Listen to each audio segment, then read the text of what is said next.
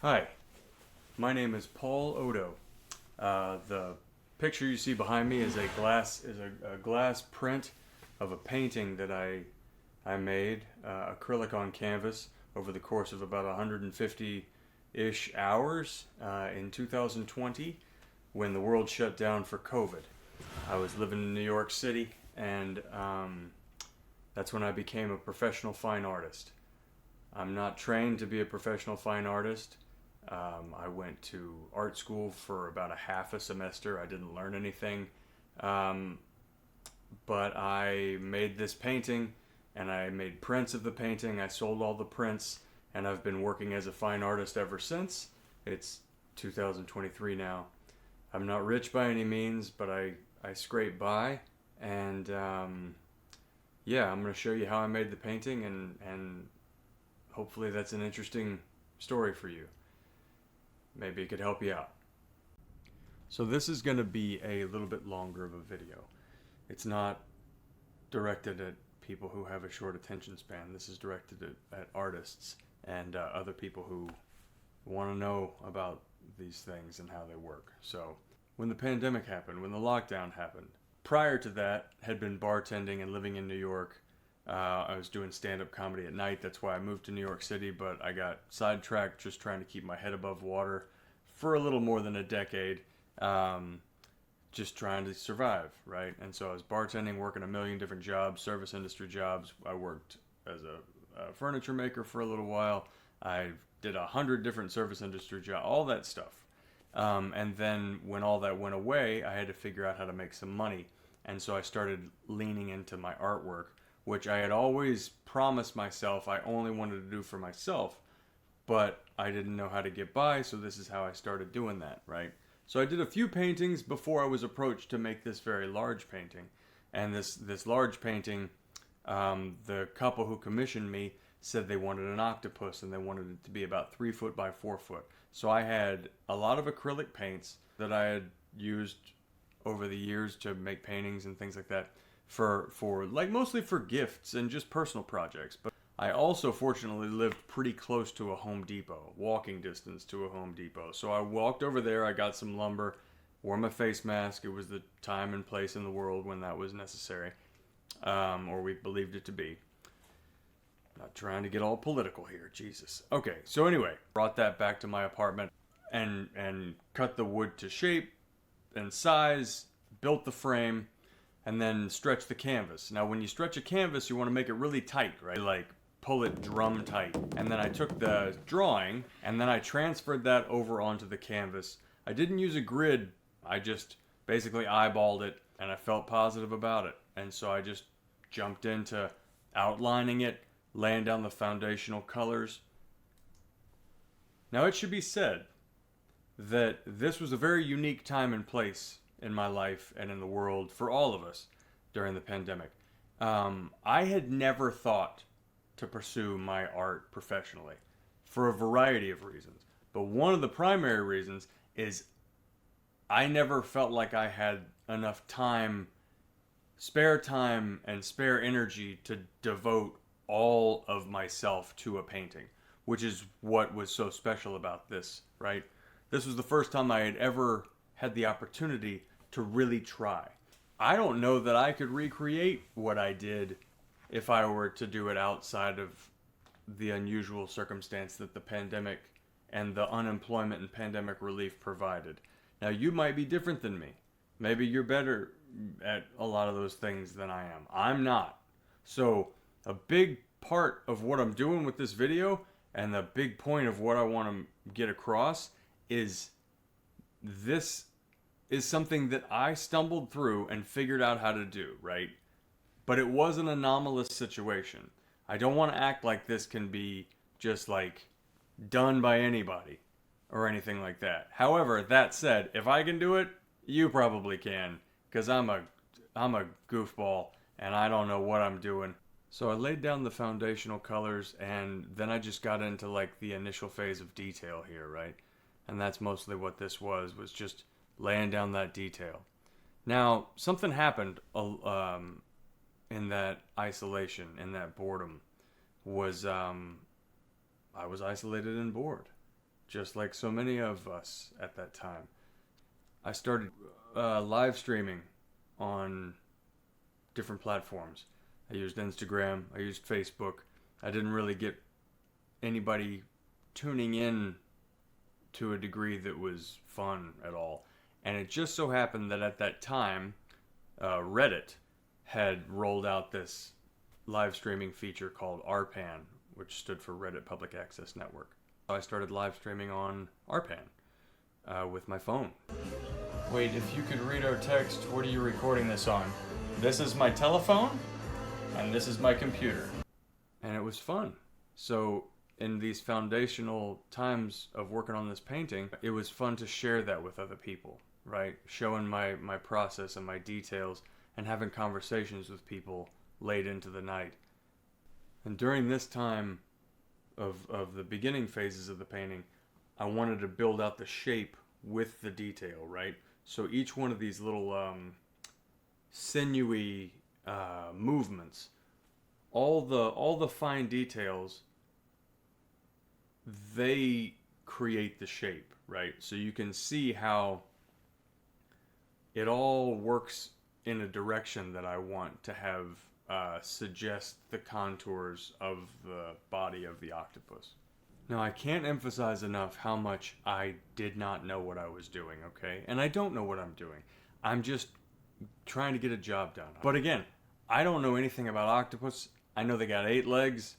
I didn't even know the amount of suction cups that were on each tentacle. If you look at the original drawing that I was going off of, I just kind of had a bunch of crazy numbers of them all over the place. I didn't know they were in rows.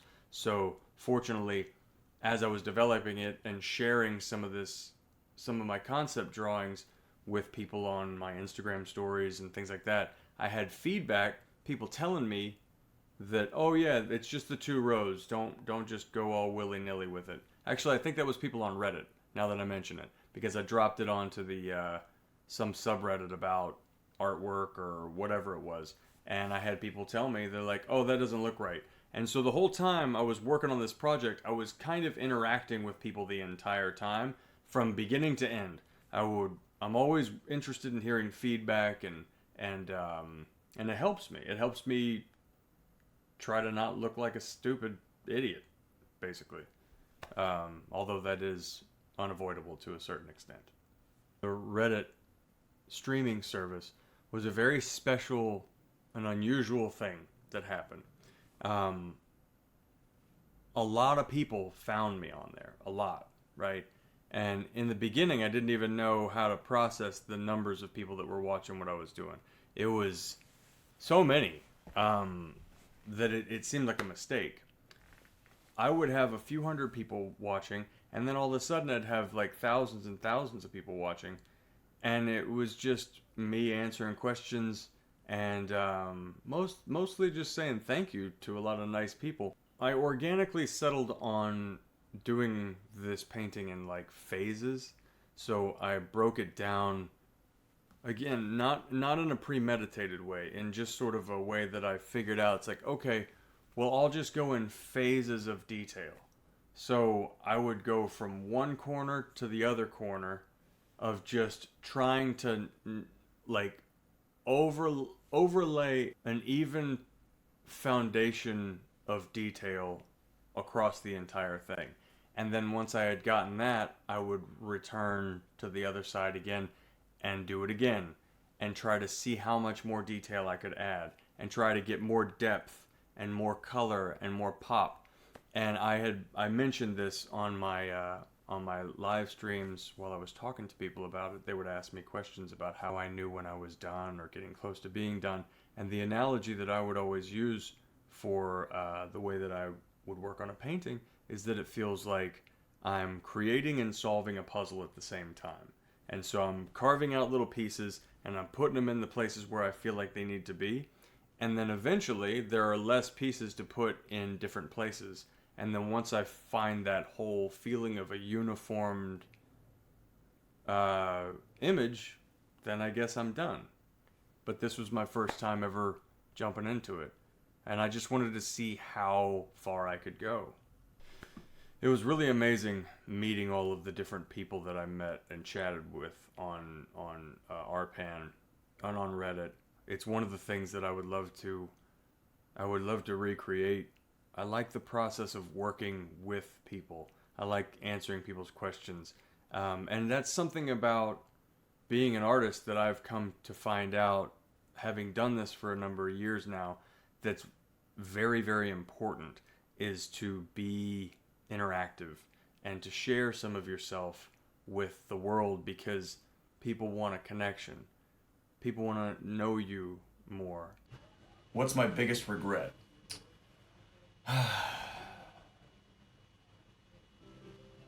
That's a lot to think about. You know, you're bringing up a lot of emotions in me. I don't know. I bought a bird one time with some money I found,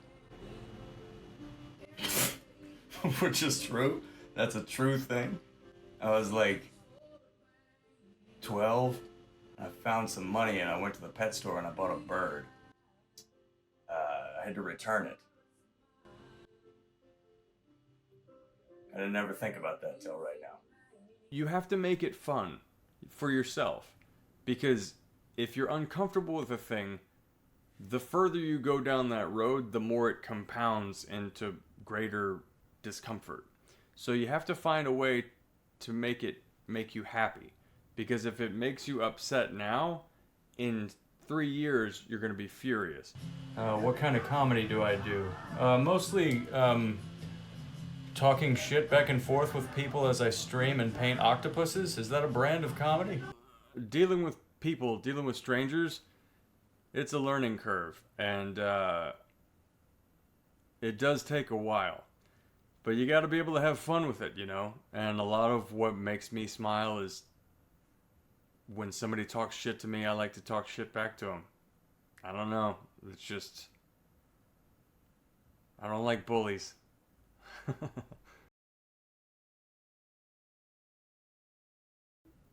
It's not easy for everybody, but it is something you can train yourself to do. Painting the way that I like to paint, doing thin layers of detail and thin layers of color, you can have the other layers shine through, and you can diminish your imperfections and highlight the details that you want to highlight. And it's a nice way to push and pull with the concept of making a very elaborate painting. And if you are a patient and dedicated person, you can do what I have done. Part of the problem that I had in not knowing what the hell I was doing was screwing up and having to paint over things and fix them. Because when you sit with a big painting like this for a while, I spend a lot of time just examining what doesn't feel right. So the amount of time that I put into working on the painting, I match with staring at it and just getting lost in it and letting my eyes run all over the different aspects of the painting to see every little, not imperfection, but imbalance. That's the way that I like to think of it, because there is no perfect with things like this, but there is a balance you're trying to strike. You're trying to make sure that not one thing stands out as particularly unappealing or incongruent with the rest of the piece, right? I spent the appropriate amount of time laying out every single factor of this piece. And as you go along in the different phases of it, you have to keep with that same level of balance the whole time, giving it the space to breathe and develop that it needs. And I think that that's how you accomplish a very large target goal like this, is you don't rush it. It takes the amount of time that it takes. With the dark darks, you wait till the very end. To me, that's like the dessert, is the fine, dark details. And on this painting, there is no black. There is no color, like the actual paint black. I didn't put any of it on here. every dark area that you see on this painting is contrast. It's just red mixed with blue or purple mixed with red. Just deep darks in that sense. If I have one piece of advice that, like, I think I can speak from a type of artistic authority with, it's you should almost never use black as a pigment of its own. That's not to say never, but that should be your last resort. Black is one of those colors. It's one of those paints that's so intensely powerful that it can throw the balance off without you even realizing that it's doing it. It weighs more than the rest of the colors, and so if you have the ability to get around it, try it first. The final phase of this painting was a real gamble, but I believed that I was gonna make it work. And as you can see here, I was trying to implement these light streaks coming through the water. Right, I taped off the whole painting, but it always bleeds underneath the edges of the tape. And then I guess that's just because the canvas is porous no matter what you're gonna do. So when I did this, I did it in one session. I applied the tape, I washed the light streaks and the shadows there, and then I removed the tape while the paint was still wet, while the wash was still wet, and I found that it had leaked underneath. And so then I took a dry brush and I evened it out and basically feathered it, and so it accidentally ended up having an effect of the soft edges of the shadow, and that was just one of those happy accidents. When the painting was done and I had signed my name to it, I applied a UV protectant, and then I had a friend of mine who does calligraphy. I hired her to create a certificate of authenticity for the buyers, which I was very happy with. When I used to make furniture, my partner in crime, he followed along with the progression of this painting and volunteered to build a frame for the octopus painting, which I ended up calling Undeniable, by the way. Part of the reason for that is that it just sounded like some kind of a name for a vessel, like some kind of seafaring vessel. But then also it was because the experience that I had with the live streaming and starting this project and finishing this project, it was a kind of testament to myself that I was capable of doing something like this. It was the completion of this painting, as well as the overwhelmingly positive feedback that I got from the people that I interacted with during the live streaming, that helped kind of sandblast away my doubt. And that's partially why the title for this painting is what it is. As I got closer to the finish line of the painting, a lot of people that were following along with it were asking me whether or not I was going to do prints. I've never done prints before. I didn't know anything about how to do prints, and a good friend of mine helped me understand that that's actually where you make your money as an artist, especially at the degree that I am, which is like, I don't know how to charge $20,000-$30,000 for a painting. I know people are out there that will pay it, but I don't know those people, and I don't know how to go from $0 to $30,000, right? So the commission price that these people paid for this painting was higher than any that I had ever received before, but it wasn't in that level. I just gave them a painting that was worth that much money because I wanted to see if I could do it. The printmaking process, once I was convinced that that was something that I should and could do, I went to Instagram for the resources for that. It's one of the great things about social media. Of all the bad things about social media, one of the nice things is being able to use it as a resource for research. So what I did when it was time for me to look into getting prints done was I just went and found all the different artists that I saw as professional and was amazed by. There's no end to those people on Instagram. And then I would go to their websites through their bios, and I would see what kind of prints they offered, what the sizes were, what the paper was. Some artists even had the names of the print shops that they used, and that was how I found the print shop that I used, which is a company called Skink Ink in Brooklyn. They do great job. They do great work. That was how I did it. So I found a couple of artists that I thought were doing very impressive professional work. I saw the size of their prints. I saw the paper that they used. I saw the price that they used, and I just copied all that shit. And that's what I suggest to you too. You don't have to copy their artwork, but you can copy their method by which they market it and sell it, and then you just kind of map that over what you're trying to do. And to be honest, they probably did that too. So there's no reason to worry about whether or not that's right or wrong, because it's just a business thing.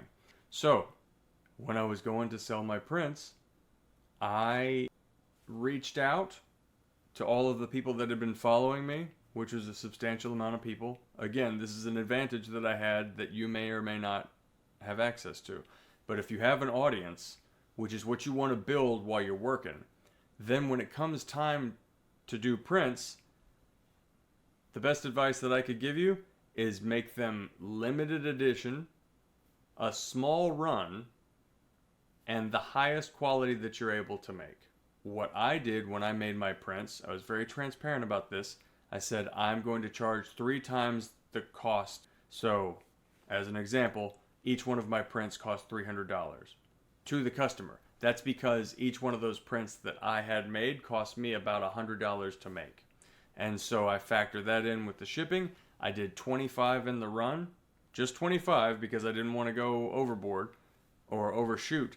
And I gave everybody an opportunity to pre-order them, which is another thing that I think I accidentally got right. So when you do a pre-order, then you take all the orders before you have anything made, and I was able to sell all these out in pre-order, and that gave me the money to have these prints made and then take care of the shipping and everything like that. That was a very luxurious position to be in, but if you can do that, I recommend it, even if you just make your run 10. But take care of yourself. Try not to get ahead of yourself. That's a big part of what this is. So the print shop gave me samples.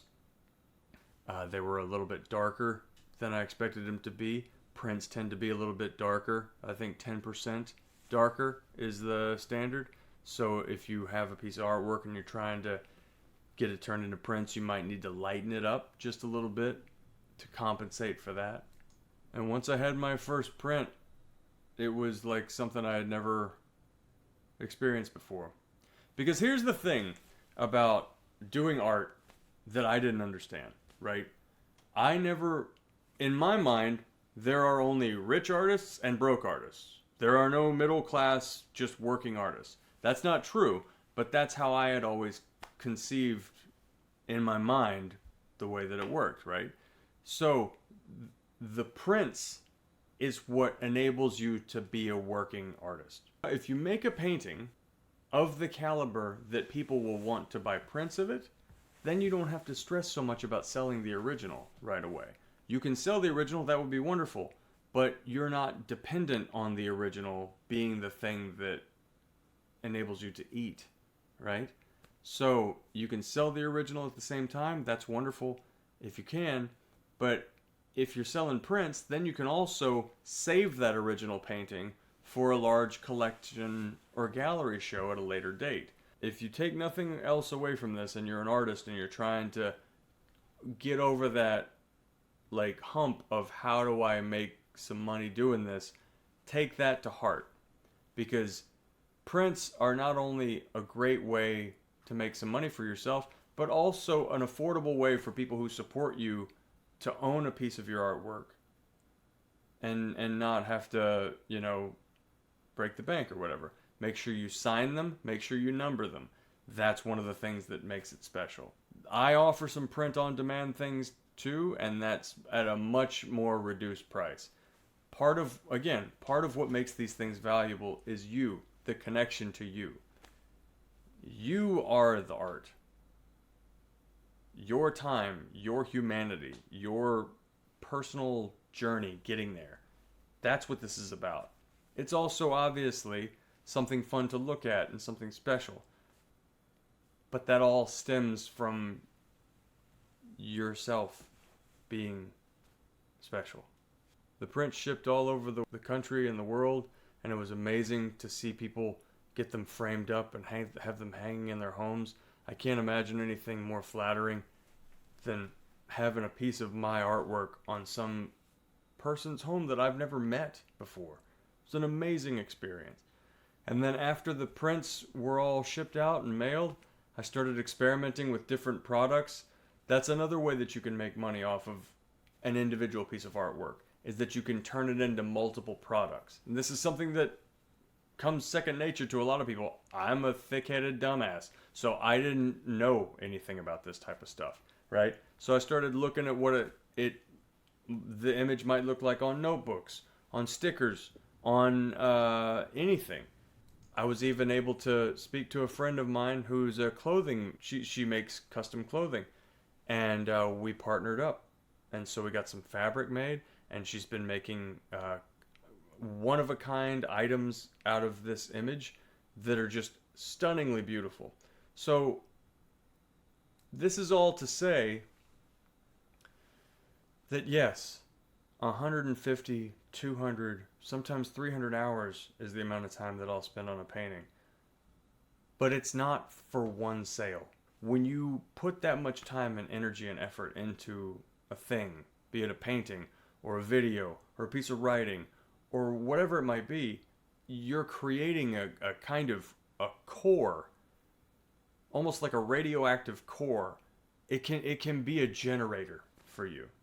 And so you have to think about it that way, that you're creating something that might have compounding benefits. And that's why it's worth giving a shit and really trying your hardest, because that resonates with people. The people who commissioned the painting were very happy with it, and I've been able to make all kinds of different products out of it. This glass print that you see behind me, that you see in the video here, that is a partnership with a company called Fracture. That they like my artwork, and it just so happens that they make a beautiful product. And you never know what kind of doors these things can open for you. This is how I did it. If you have questions or comments or anything that I didn't cover, ask, and I'm happy to answer. It's important for me as a person who has always felt like there's some kind of ceiling or up, like a governor type thing as to how good things can be or what I can achieve with my life. People have said such wonderful things about the artwork that I've made. I don't want to act like that's not valuable to me. But what's more valuable to me is showing other people that it's not impossible and demystifying it in whatever way that I can to help you understand that if you have a lofty goal or some grand target that you're trying to hit, you can hit it. You can. It's just about one foot in front of the other and finding a way to give yourself the time to do it. Now, I understand, as I said, this was a different time during the pandemic. Things were unusual. But things are always unusual. You can always find a reason to not try. But I would like to see what you make, and I hope that you enjoy what I make. This is my first video like this. I'll try to keep making more, if you like them. That's my painting, Undeniable. That's how it was made. And I hope you enjoy it. Like and subscribe. Jesus, am I one of those people? Worse things could happen.